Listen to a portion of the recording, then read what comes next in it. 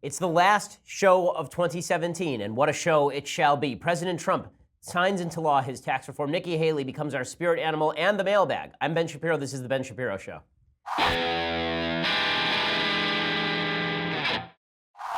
Oh yes, so much to get to here on the Ben Shapiro Show. We finally reached the end of the year. We're here. It's upon us. And we survived. We all got here. You know, that was in doubt. All year long it was in doubt. Over the last 3 weeks, it was in doubt. I mean, I know that I was expected to be dead at least twice. I'm not even talking about when I visited Berkeley.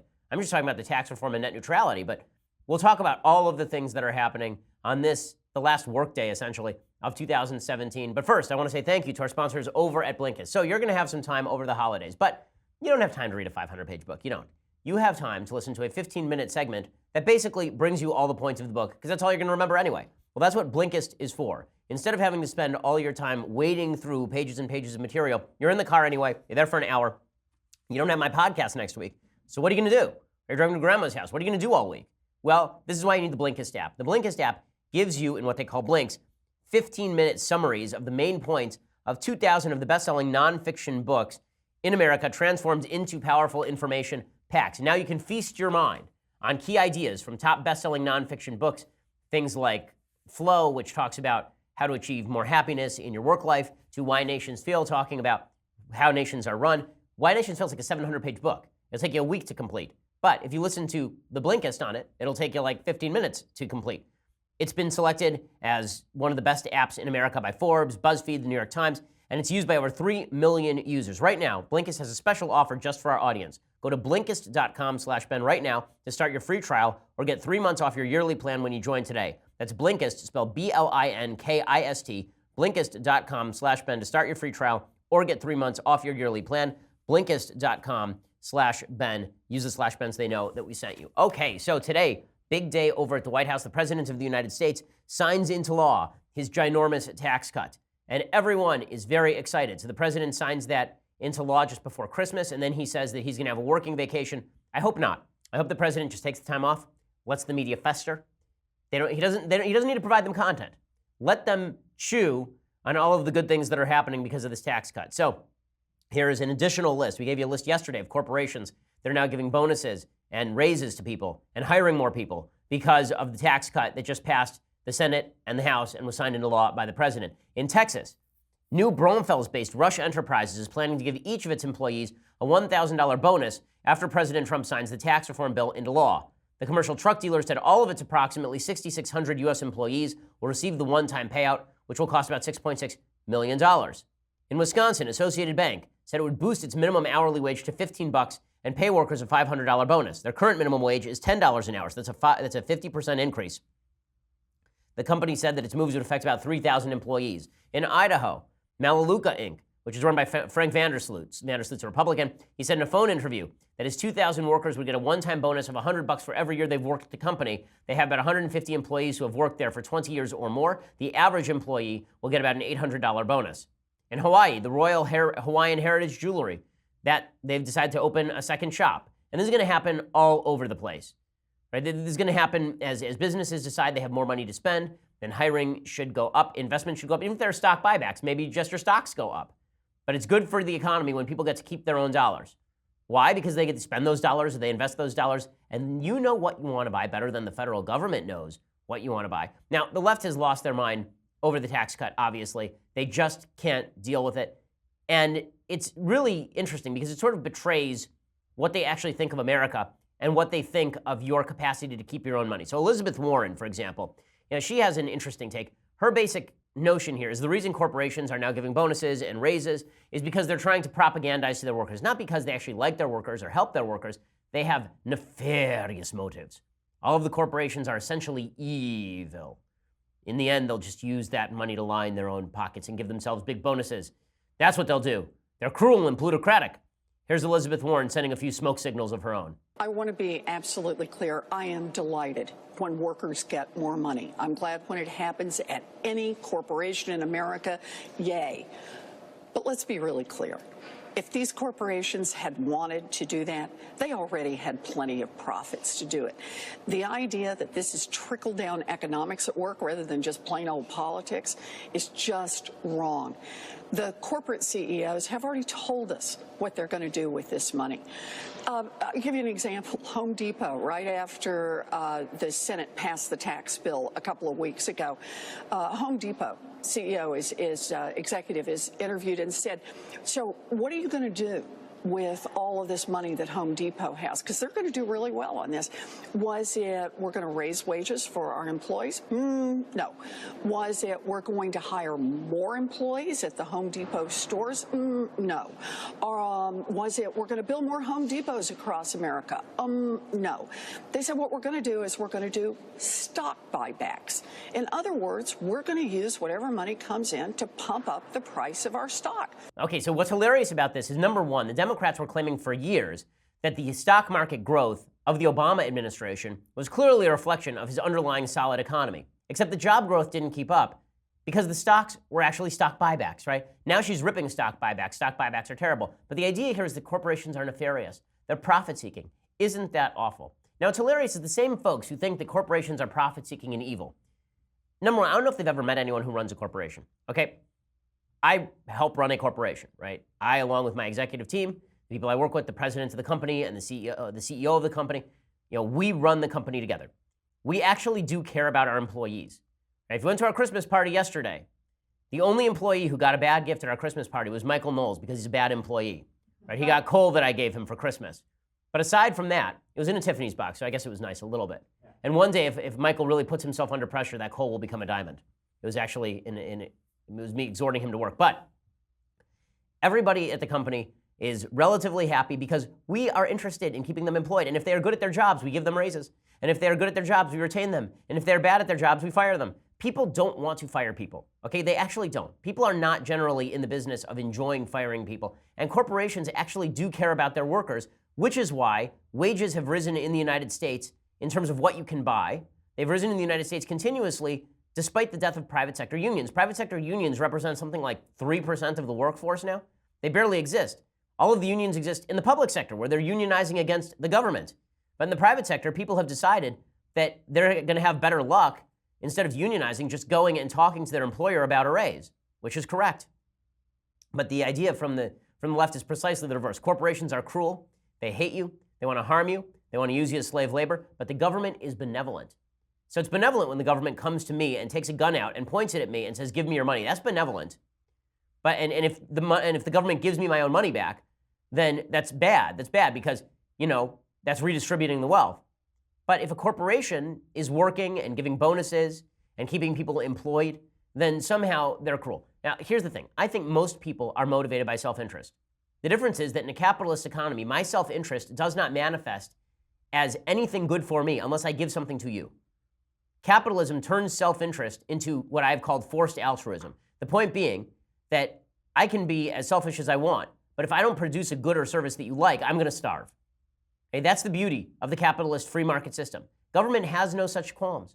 Government has no such issues. If government wants to survive, government can't go bankrupt. It will just bankrupt you. It will take all your money, all your children's money. If we're going to talk about caring levels versus corporations versus government, corporations care a hell of a lot more about making sure that you are employed as long as you are doing work for them than the government cares. The government doesn't care at all. The government will just tax the hell out of you if you earn, and they'll give you money if you don't, because the government is interested in your dependency or in sucking money out of your pocket. Those are the only two things the government is interested in on a fiscal level. Either taking your money or turning you into a dependent. Those are the only two things. Government is not interested in boosting you or giving you a hand up. The Democrats will say, we just want to give you a hand out because it's a hand up. And then they promote policies that make sure that people stay in poverty. They pay people to stay off the work lines, right? They want welfare increased so that people don't have to work jobs. This is why you have Nancy Pelosi saying things like, we want to make sure that you are not burdened by job lock. Like that you're not locked into a job you don't want to do. Okay, that fundamental difference between how you view private industry and how you view government undergirds this entire thing. And in a second, I do want to discuss what happened at the UN, because that was a major development over at the UN yesterday with Nikki Haley really taking charge. But first, I want to say thank you to our sponsors over at U.S.A. So, if you're a gun lover, it's time for you to listen up. How would you like to head to the range tomorrow with a brand new gun? I know you would. It's Christmas time, folks. I know I would too. Well, my friends over at the U.S.A. want to get more guns into the hands of more responsible, law-abiding, armed Americans like you. So they are ending 2017 by giving you up to 17 chances to win your new gun every day. That's right, a different gun every single day of the week. Could be a Kimber, could be a Lilac, could be a Springfield. All you have to do is go to defendmyfamilynow3.com, defendmyfamilynow, digit 3.com, to reveal which gun you could be taking home tomorrow. It's defendmyfamilynow3.com. Remember, not a lot of time. The gun of the day will always disappear at midnight. This will be the last time I'm telling you the website. So listen carefully. It's defendmyfamilynow3.com, defendmyfamilynow3.com. Get your chance to win a new gun every single day. But do it right now. Defendmyfamilynow3.com. Go check it out. U.S.A. does a lot of fantastic work. You should register with them in any case. Okay, so yesterday, as I said, Nikki Haley acting as my spirit animal, and she was at the UN. The UN votes 128-9 against the United States moving our embassy to Jerusalem, to which we say, go to hell. Who cares what you have to say? Why in the world would I care that Yemen doesn't want us to move our embassy to Jerusalem? Like, Yemen can kiss our ass. Who cares? Answer, no one. No one. Okay, and Nikki Haley made that pretty clear. She basically looked at the entire UN and she said, guys, you think I'm standing here like caring about what you guys have to say? Welcome to America. Nikki Haley doing yeoman's work over at the UN. It's always weird. Whenever people speak at the UN, it looks like they're speaking in the bathroom at a Macy's. But in any case, here's Nikki Haley really bashing people about the head. The United States is by far the single largest contributor to the United Nations and its agencies. When a nation is singled out for attack in this organization, that nation is disrespected. What's more, that nation is asked to pay for the privilege of being disrespected. The United States will remember this day in which it was singled out for attack in the General Assembly for the very act of exercising our right as a sovereign nation. We will remember it when we are called upon to once again make the world's largest contribution to the United Nations.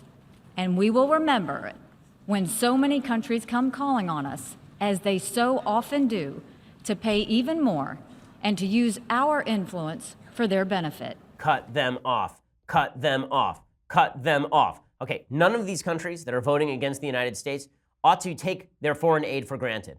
Now, there are two types of foreign aid that the United States grants. It represents foreign aid, by the way, about 1% of the American federal budget every year. What's breaking the bank is not foreign aid, but we can use this as a tool.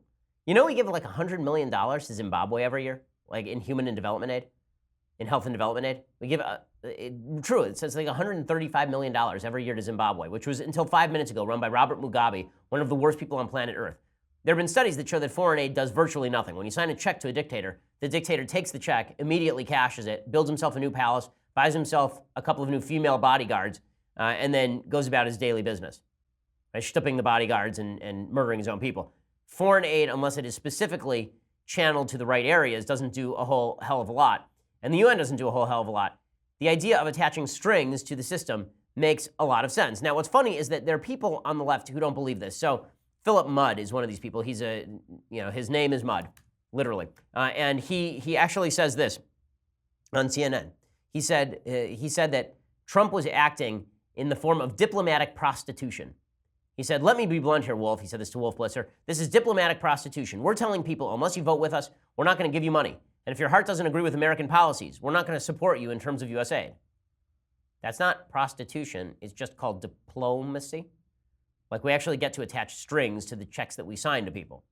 It's true everywhere, by the way. It's true in domestic policy, too. No such thing as a free lunch internationally or nationally. But what this really betrays is that there are a lot of people in the United States, living in the United States, who do not actually see the United States as a force for good in the world. They see it as a bad thing. They see it as a bad thing when we exert our power in the world. That's because there are really two different views of America on the world stage. View number one is that America is a big bully. This was Barack Obama's view in his apology tour early on in his presidency, that America is the big bully on the world stage. We're mean to people and cruel. We're overreaching. We're sort of a bull in a china shop. Sure, we try to do the right thing, but we usually do the wrong thing. And then there is the more traditional and correct view of America's role in the world, which is that we are the greatest force for freedom the world has ever seen and ever known. And the fact is, where American boots have set foot, freedom follows. I'm not going to talk about whether we should have been in every war that we've been in, but where America was present, there was freedom, and where America was removed, the freedom went away. This is true in Vietnam, where when we pulled out of Vietnam, South Vietnam, a free country, turns into a communist hellhole. So does Cambodia. Cambodia, where the Khmer Rouge end up murdering 1 million people.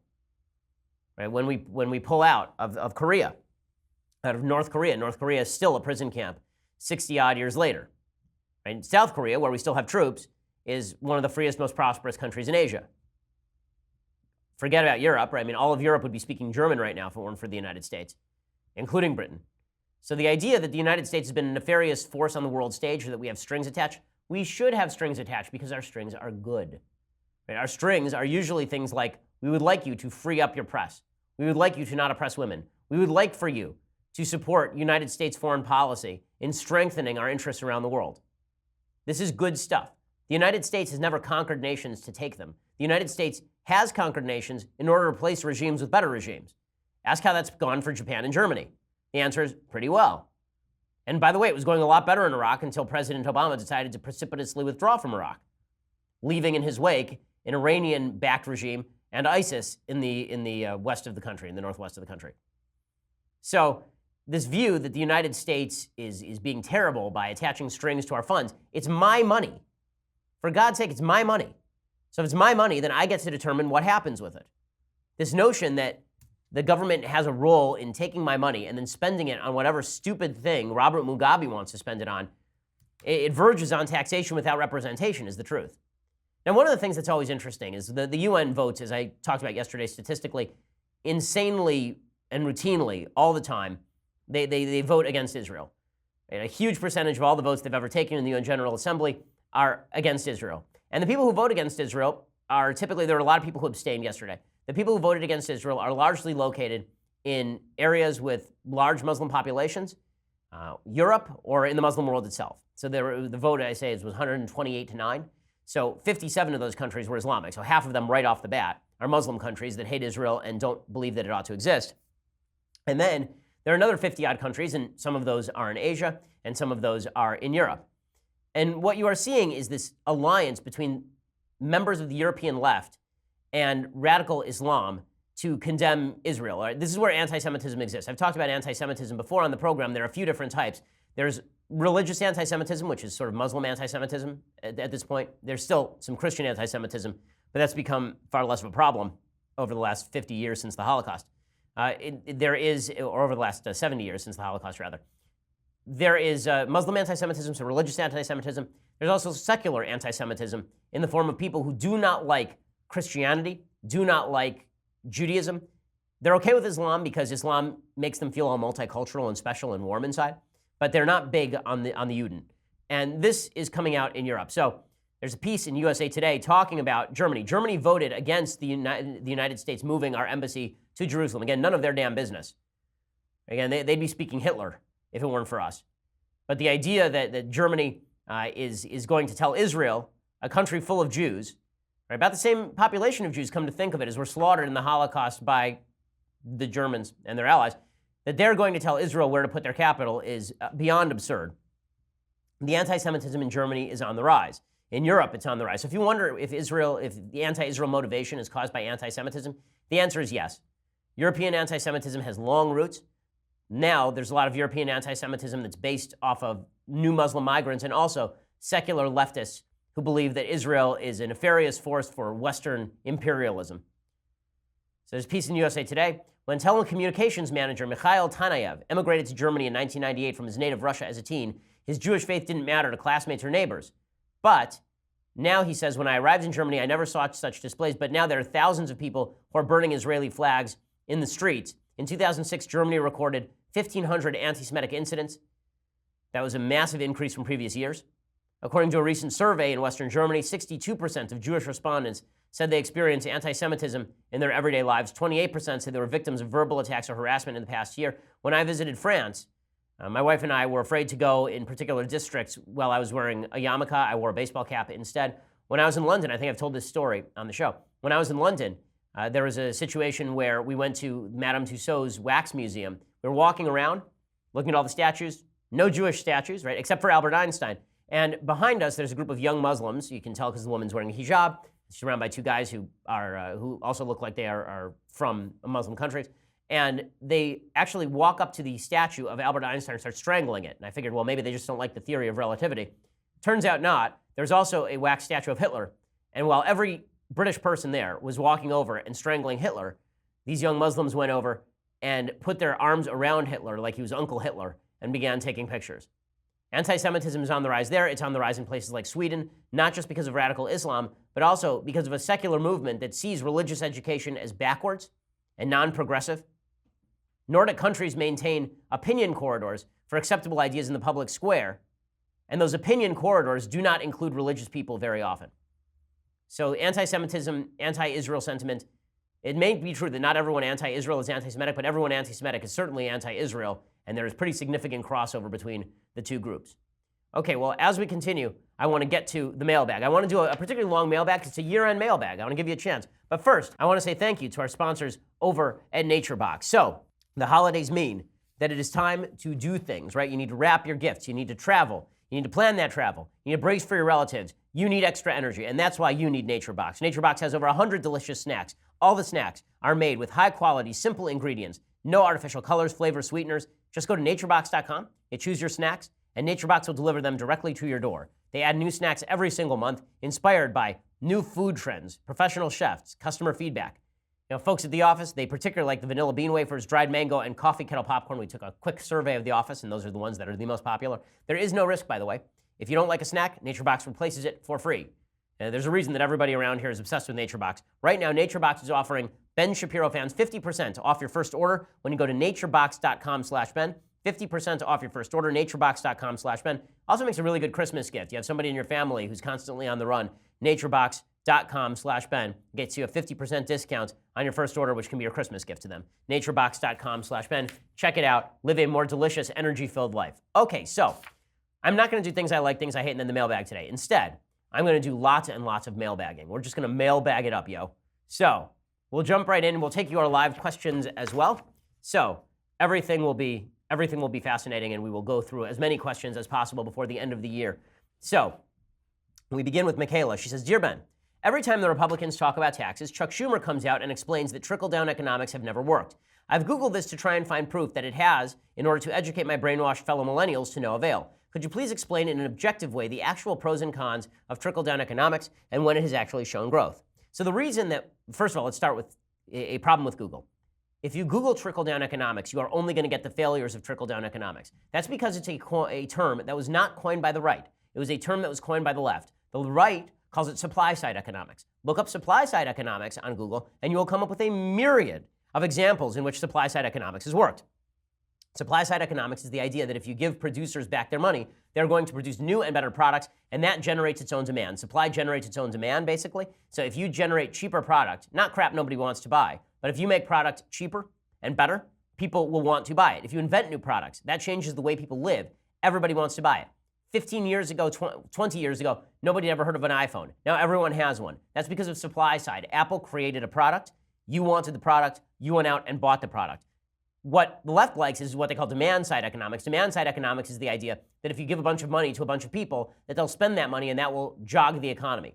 It won't jog the economy in the sense of making people's lives better generally because the products aren't going to get any better, right? The point being that, here's the great distinction. If you have $1 million, do you give it to, let's say that all else is equal, right? Nobody has $1 million. We're not talking about equality now. We're just talking about jogging the economy. We're talking about efficiency.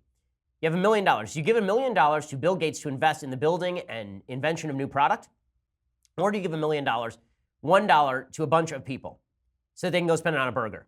Which is going to make the economy better? The answer is you give the $1 million to Bill Gates. The reason is that Bill Gates is then going to create a product that makes everybody's life better. That will create a bunch of new jobs in a growing area where people are opting for the product. That's not a case for impoverishing people, of course. But the point that I am making is that producers, businesses, change the economy at disproportionate levels, right? So supply-side economics has generated success after the JFK tax cuts. It generated economic success after the Reagan tax cuts in '81, generated economic success after the Bush tax cuts of 2001. There was sustained economic growth. People tend to forget this because of the crash in 2007, 2008. I mean, even Barack Obama maintained low tax rates in 2010 and 2013. So supply-side economics does indeed work. It's worked in Europe. It's the reason why Denmark, for example, is now cutting its own taxes. That's why European countries that have spent too much money are cutting their own taxes. So don't Google trickle down. It's a nonsense term made up by the left. The idea would be that people at the top of companies are just going to give the money to their employees. That's not correct. That's not how trickle down works, right? Supply side means that you're creating new products and services, and in the course of doing so, it creates jobs. Tina says, hi, my husband just bought me a Christmas present, a subscription to the Daily Wire. Yay. Well, thank you. Your husband's awesome. What a great husband. You should probably give him a ring. I do have a burning question. Are your kids as smart and analytical as you? In other words, is there hope for my children's generation? And how can we battle the liberal teachers, schools, school districts that are brainwashing our kids 6 hours a day? Well, as far as the brainwashing from the schools, I would suggest private school, homeschooling, take over your local school board. You really do have to be very, very involved. As far as are my kids as smart and analytical as I am, my 3.5-year-old, it's hard to tell for the 1.5-year-old boy because that dude's he's just running around the whole time. I haven't seen a lot of analysis from him other than no and also cheese. He really likes cheese. But aside from that, he's obviously a very smart kid. He's really highly developed in terms of language. My daughter is brilliant. Leah is super smart. My son may be brilliant. I just don't know yet because he's not speaking full sentences. She is really, really intelligent. She's 4. She's not even 4. She's already started her violin lessons. She can essentially read. She knows her numbers, and her thought processes are all quite rational. So she's very smart. Okay, Arya says, hi, Ben. What do you think Trump can do at this point to maintain the House and Senate next year? Okay, so what Trump can do is shut up. Right? Really, this is what Trump has to do. Trump needs to be quiet because if he keeps talking, it makes him more unpopular. Also, he needs to go out and talk about his accomplishments. He needs to go out and talk about how to unify Americans. He can have fun, but I think that it's a mistake for him to I think it's a big mistake for him to go on Twitter and use Twitter the way that he has the past year. I'm hoping that we're beginning to see some discipline from Trump. Listen, there will be losses in the House, but those losses can be mitigated if the economic climate continues to be good and if Trump can make himself less unpopular. He's never going to be super popular. He's never going to get up to 55% in the approval ratings. But right now, according to, I think it was Rasmussen this morning, he's up to 44. If he can get that up to 47, 48, he'll do fine. And Republicans will do fine. Okay, Emmanuel says, any word back about the Rosie harassment? So what he is referring to is that today, sadly, Rosie O'Donnell has some sort of sad sexual obsession with me, which is horrifying in every conceivable way. And she tweeted out, yes, I told you yesterday that she tweeted that she wanted me to suck her bleep, but her bleep was a male genitalia, which is weird. And I responded that she should stop being homophobic and sexually harassing people. Me too. And then she tweeted again today that she wanted me to lick her, which to which I tweeted, no means no, Rosie. And all victims have a right to be believed. #me too. And then I reported her to Twitter. Not because I actually want her banned from Twitter or suspended from Twitter. As I've said before, I didn't even want Milo banned or suspended from Twitter. I think that if I were running the place, I pretty much wouldn't suspend anybody except for explicitly violent behavior.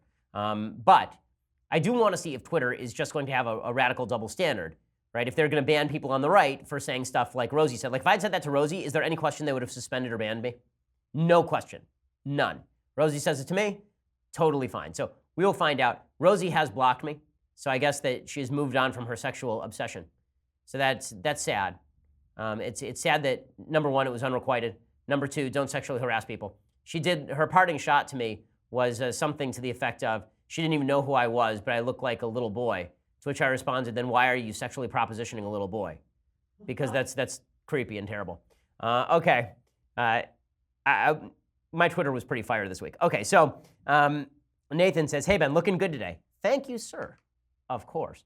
He says, how would you define Zionism, and do you consider yourself a Zionist? Thanks, bro. Yes, I consider myself a Zionist. Zionism is the idea that the Jews deserve a state of their own in biblical Israel. I'm a Zionist because I am a Jew, and Jews, like a Jew who believes in Judaism, not because I'm ethnically Jewish. And Judaism is a Zionist religion that suggests that there should be Jewish rule in the Holy Land, and that it was a biblical promise. Now, what's interesting is people take that to mean that there has to be a kingship in the Holy Land. The Bible is, as I've said before, I think I talked about it this week in the Bible segment, the Bible is really ambivalent about state power. It is not big on the idea of theocracy per se, but it's the idea that there ought to be a Jewish state based on foundational Jewish principles. It's true for a few reasons, among them anti-Semitism and the tremendous outpouring of anti-Semitism that has existed throughout history, and also the idea that a country ruled by Jewish principles will be a good country, just like a country ruled by Christian principles in the United States is a good country. We're going to do a little bit more of the mailbag in just a second. So, but first, I think I'm going to have to break here on YouTube and Facebook. So let's do that. So for $9.99 a month, you can get the rest of this mailbag and things I like and things I hate. And I have a Christmas message for you that you're going to want to see today. So for $9.99 a month, you can get your subscription to Daily Wire. You get the rest of the mailbag. You get to be part of the mailbag. You get to be part of our show live. You get everything that you could possibly want in life, except for the thing that you get with the annual subscription, which is this, the very greatest. In leftist tears, hot or cold tumblers. It is the greatest. Okay, it's so great that for our Christmas gifts, we got everyone etched tumblers here at the office, and people were literally weeping. I love it. I mean, Austin loves it. Everyone loves it. And people were breaking down. They couldn't believe it. It was like that episode of Oprah where she gave away cars, except it was just a cup. But you can get that for $99 a year. You get the annual subscription, and it's pretty awesome. And the Shapiro store is coming, I promise. I know. It's coming. Okay, guys? Yes, it's coming. Okay, so you get all that for the annual subscription as well, $99 a year, cheaper than the monthly. And please subscribe at SoundCloud, iTunes, over at Google Play or Stitcher. Check us out over there. And subscribe to our YouTube channel as well, where we have a Christmas video out today that is simultaneously humiliating and hilarious. So if you want to see me dramatically humiliated, then go check out that Christmas video as well by subscribing to YouTube. We are the largest, fastest growing conservative podcast in the nation.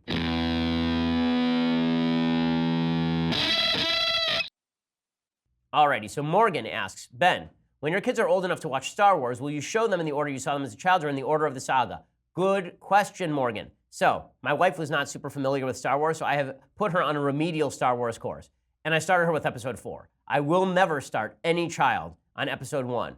Why would I torture a child that way? That's cruelty to animals and children. Don't do it.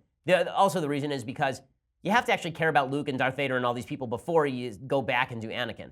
Right? It's foolish to start with episode 1, I believe. Also because Star Wars episode 1, I mean, Phantom Menace is just garbage. Phantom Menace is awful. It's a real battle for worst movie ever between that and Attack of the Clones. Whew. Both stinkers. Oh, Austin has a question. Wow. Where do you slot Rogue One? Okay, so where do I slot Rogue One? I answered this a few days ago, but Austin, although he's a producer on the show, obviously was not listening. So I was not. He was not. So Rogue One, I slot at number 3. I like Rogue One a lot. So where do you watch it? Oh, where do you watch it? So, In order, yeah. Okay, so in order, I would probably watch it. Now, I would probably watch 4, 5, 6, 3, Rogue One. Okay. I'd watch Rogue One afterward because it's the lead-in. Yeah. And then I'd probably go back and watch 1, 2, 3, and then Force Awakens and Last Jedi. So it's completely out of order, but once you've watched the movies, you can slot them all in. And there's something that's fun and discoverable about it that way. If you watched Rogue One and then you just watched episode 4, you'd miss how cool Rogue One is. Yeah. Right? Because if you watched Rogue One and then episode 4, then it just fits right in. But the whole point is that they re-slotted in a new movie, which is super cool, and then it transitions right into episode 4, which is really awesome. Okay, Keenan says, Ben, what is your favorite thing that Trump has done this year? Well, Justice Gorsuch, the moving of the embassy to Jerusalem, the cuts in regulations, the tax bill, getting rid of the individual mandate. He's done a lot of good things this year. He's done a lot of good things. This is the big gap for Trump, is that so much of his policy is good and so much of his rhetoric is horrible, that if he can get his rhetoric in a better direction, then it won't be very hard to support him, will it? Okay, Elliot says, hey, Ben, simple question for you. Should people on welfare be allowed to vote? No representation without taxation. So people on welfare should be allowed to vote, and also there should be no welfare. That's basically my take. Not because I think that if you're a law-abiding citizen in the United States, then you should have the right to vote. But I also think that the Constitution was designed to prevent welfare, and I think that we are going to have to make a move to convince people that they should not be dependent on government. The barrier, by the way, between the presence of welfare and the non-presence of welfare, I do not think is people who are on welfare. I don't think it really is as simple as everybody on welfare votes Democrat and everybody not on welfare votes Republican.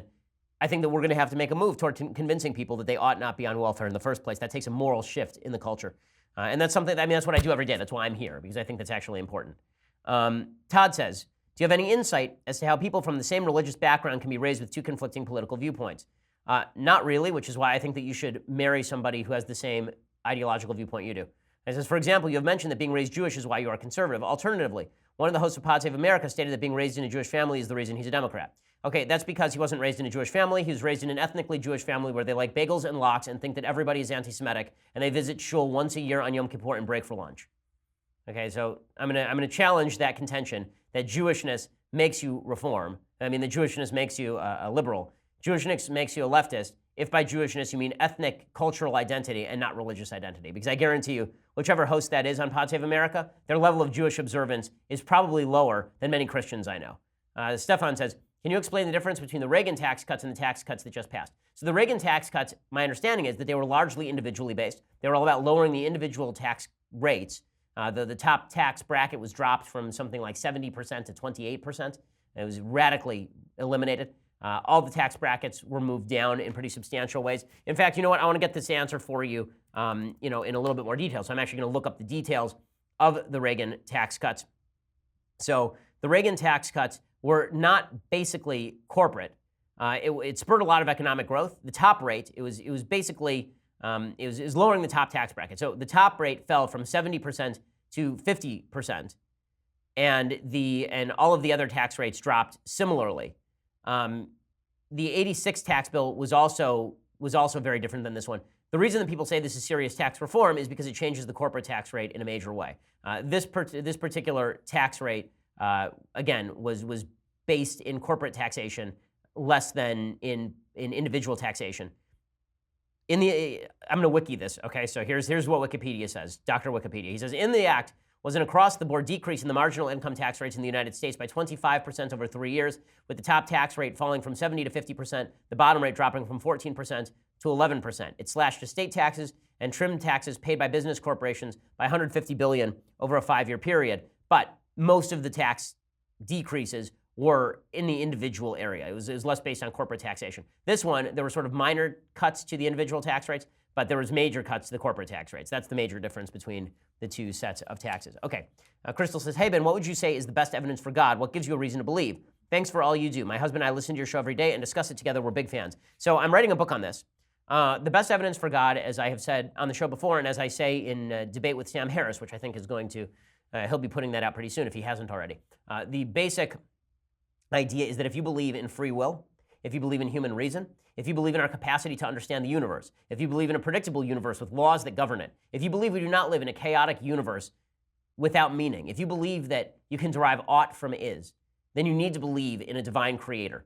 Okay, and that's not an argument for the Bible, but that is an argument for God, right? That's the Aristotelian argument for God, is that there is a rationale behind everything. If you believe there's a rationale behind everything, then you believe in God.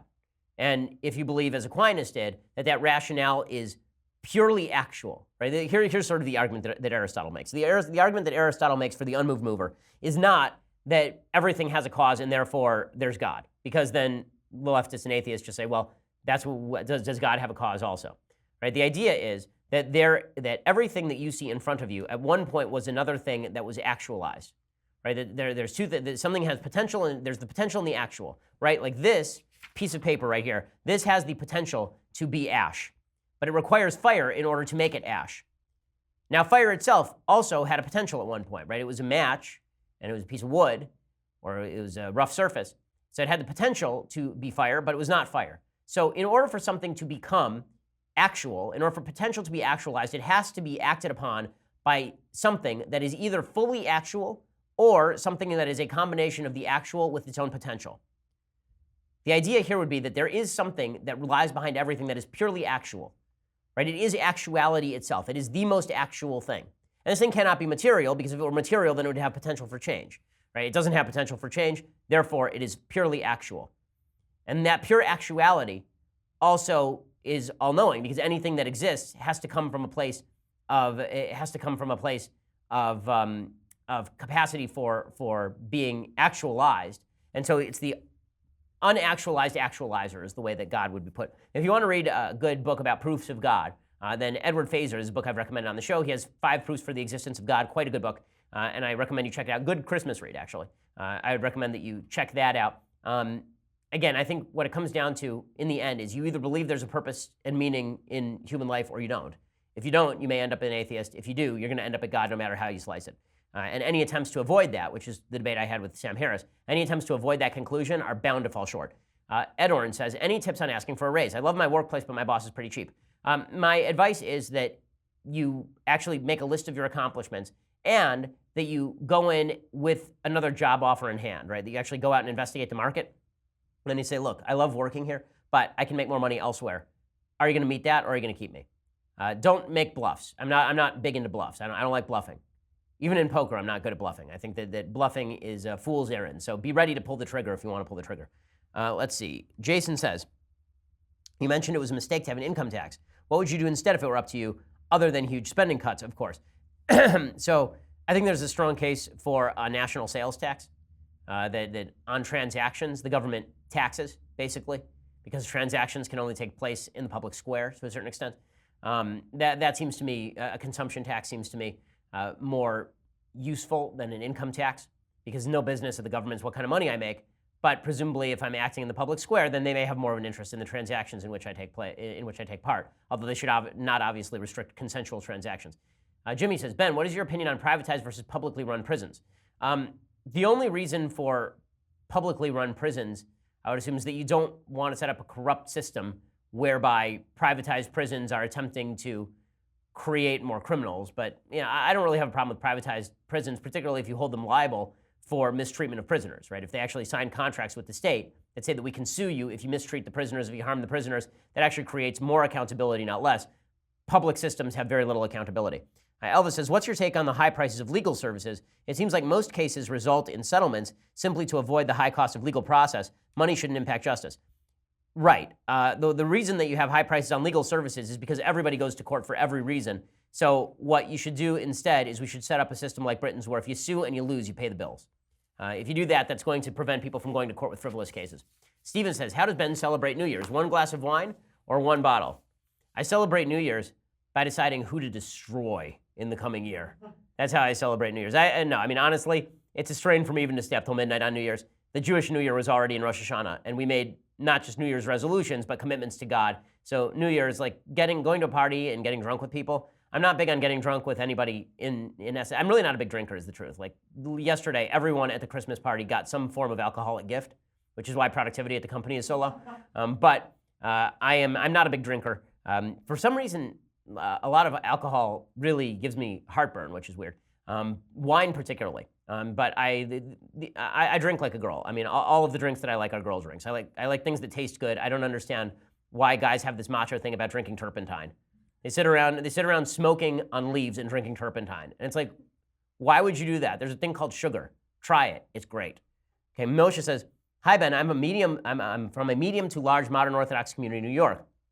Recently, there's been some controversy when a local synagogue wouldn't allow a married lesbian couple to join the membership, even though they were separate members when they were single. They've since started their own shul, which promotes acceptance of all. It's caused a bit of controversy in the neighborhood, where some are saying a religious institution should adhere to a religious standard. Others are pointing out there are plenty of people who sin. Why should this scene be held to a different standard regarding membership in the shul? I was wondering what your take is on modern Orthodox shuls taking on same-sex couples as members. So my answer is they cannot join as a couple.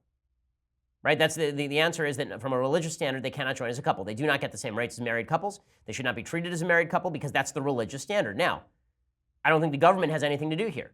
But the religious standard in Judaism is that homosexuality is a sin, not homosexual orientation, but homosexual activity. You wouldn't allow somebody to join your Orthodox shul who came in every day, right, who came into the shul on Saturdays with their cell phone blaring and saying, I'm a non-Sabbath observant Jew, and I'm here to daven, and doing it openly. It's one thing if they come in with the cell phone in their pocket and it goes off and everybody's a little bit awkward, but the whole point here is that glorification of sin in an Orthodox context is not a cool thing. So I think that's right that they're allowed to be members when they're single. Now that they're married, if they want to join as single members, that's fine, but I don't think that's what they want. What they really want is for the entire community to change its standard of marriage to meet them, and that seems to me an imposition on the community. Okay, so we have more questions, but we'll have to save those for next year. We'll have to save those for next year. Now, a quick thing that I like, and then a thing I hate, and then I have a quick message of thanks, actually. I'm capable of saying it. Yes, indeed. Okay, so things I like. So we're going to finish the year on a high note with some John Wayne. So if you've never seen this movie, it's actually one of my favorite John Wayne movies. It was not a huge hit, but it is really enjoyable. The movie is called Big Jake. It stars old fat John Wayne and Maureen O'Hara, who remained gorgeous her entire life. And the basic premise, it's basically Taken, but a Western. That's really what it is. It's these guys who come and kidnap a child, and John Wayne is the grandfather, and John Wayne goes after them. And he brings along a couple of his sons, right, who are the uncles of the kid. And in the movie, one of his sons is actually played by Patrick Wayne, John Wayne's real son. The movie takes place in supposedly 1908. So you see there's a couple of cars, but he's riding horses, and so there's also this sort of Western versus modern conflict that's going on, where John Wayne represents sort of the Old West, and you need the Old West to come into the modern world and save people when the bad guys show up. It's a really enjoyable flick. Here's a little bit of the preview. I just saw something in your eyes I don't like. I saw a foolish thought. You understand me? Anything happens, anything at all, your fault, my fault, nobody's fault. My little brother will blow that kid's head right off. It's as simple as that. No matter who else gets killed, that boy dies. A shotgun misses him, it don't matter. You already know about the rifle on him. That won't be as messy as a shotgun at 3 feet. But that boy will be just as dead. You understand me? Say it. I understand. Now open it up.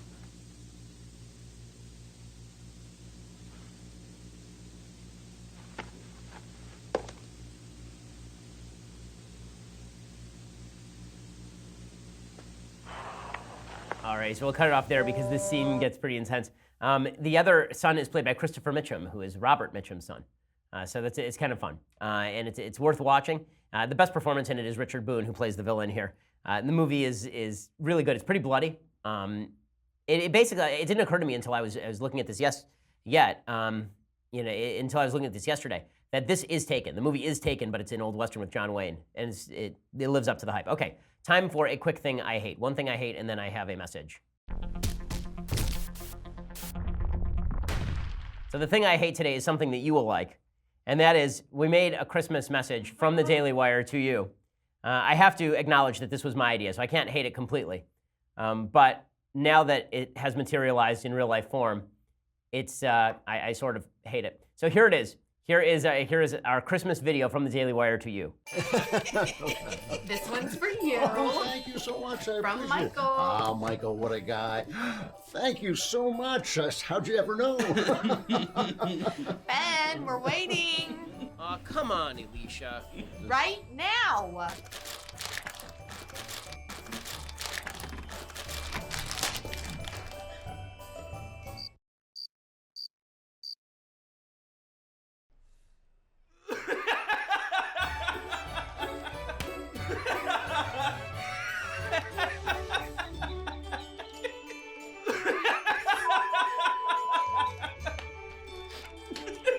Looks like a pink nightmare. And I just want to say a couple of quick messages, really, for Christmas and the New Year. It's a great time of the season to spend time with friends and family. And let's remember something. We spend a lot of time on the show, talking about politics and the daily battles therein. And one of the things I've been thinking about over the last couple of years, and I'm writing a book about it now, is we're so angry at each other all the time. Americans are so angry at each other over politics, over tax cuts and Obamacare and foreign policy. And the reality is we must have a common vision, a common purpose. We must feel like we're part of the same team. And one of the ways to do that is to recognize that we are all seeking human happiness in a communal purpose based on virtue. So this Christmas, don't just spend time enjoying with family. Think about how to be a more virtuous human being next year. Think about how to be a better person, not just in terms of interpersonal connections, but how you can be better in terms of thinking about your obligations to your family, to the world. And how can you make yourself better? How can you make yourself more successful? If we all think about those things, if we think about our individual purpose, how we can succeed in our own lives, if we think about our communal purpose, what brings us together around common shared principles, then we'll finally have a country worthy of preserving again, and a country where we can act on that founding vision that brought us all together in the first place, and that I think has been fragmenting in the past couple of years. We are all brothers and sisters, whether we recognize it or not. And in the end, we're part of the same family, but that family has to have a common purpose, not just a common heritage. So let's think about where to go from here. I also want to thank everybody who works on the show over here at the Daily Wire. I want to thank all of my producers. I'm not going to name all of them because I'm sure then I'll forget somebody and be yelled at later. So just check out the credits at the end of the show. But everybody who works really hard day to day on the show, they work extremely hard to cut the clips, play the clips at the right time, make sure the clip is not available for playing Marshall. They really work hard to make sure that the show is as good as it is every day, and they deserve my thanks. And so really, from the bottom of my heart, it's great to be part of the team with you. We couldn't do it without you. And finally, thank you to our audience. This has been an unbelievable year for the Daily Wire. It's been an incredible year for the Daily Wire. And we literally went from a site that did not exist 2 years ago to a site with 100 million page views a month. We went from a podcast that did not exist 2 years ago to a podcast that is downloaded well in excess of 500,000 times a day, and that is viewed another 500,000 times on Facebook very often. So we have 1 million people engaging with the show on a daily basis. That's thanks to you. Thanks for being part of what we're trying to do here. And thanks for giving us a rational hearing. And if you're on the other side, particular thanks to you for actually spending some time out of your comfort zone and listening to some folks on the other side, because I think that it makes the country better if we all do that. I'll see you next year. It's been a wonderful year. Thanks once again, and have a very Merry Christmas and a wonderful New Year. I'm Ben Shapiro. This is The Ben Shapiro Show. The Ben Shapiro Show is produced by Mathis Glover, executive producer Jeremy Boring, senior producer Jonathan Hay. Our technical producer is Austin Stevens, edited by Alex Zingaro. Audio is mixed by Mike Cormina. Hair and makeup is by Jesua Olvera. The Ben Shapiro Show is a Daily Wire Forward Publishing production. Copyright Forward Publishing 2017.